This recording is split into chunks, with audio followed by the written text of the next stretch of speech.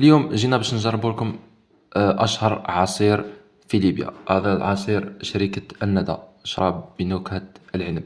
المنتوجات الليبية ما كانش بزاف يعني في تونس أو في الجزائر، يعني ناقصة بزاف، ما فهمتش علاش.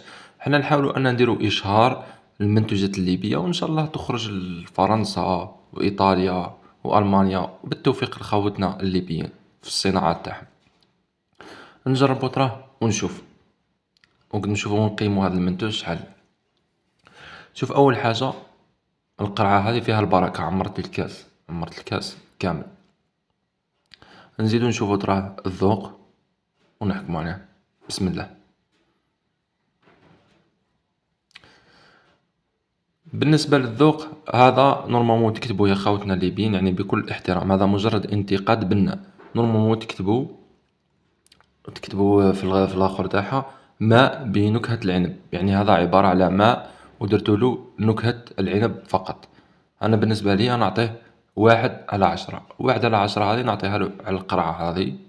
القرعة هذه تاعكم شابة، يعني لومبالاج تاعكم شباب، وعلى الكاس اللي تعمر.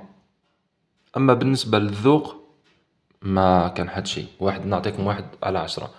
وان شاء الله تحاولوا تحسنوا المنتوجات تاعكم خوتنا الليبيين. احلى ليبيا واحلى ليبيا.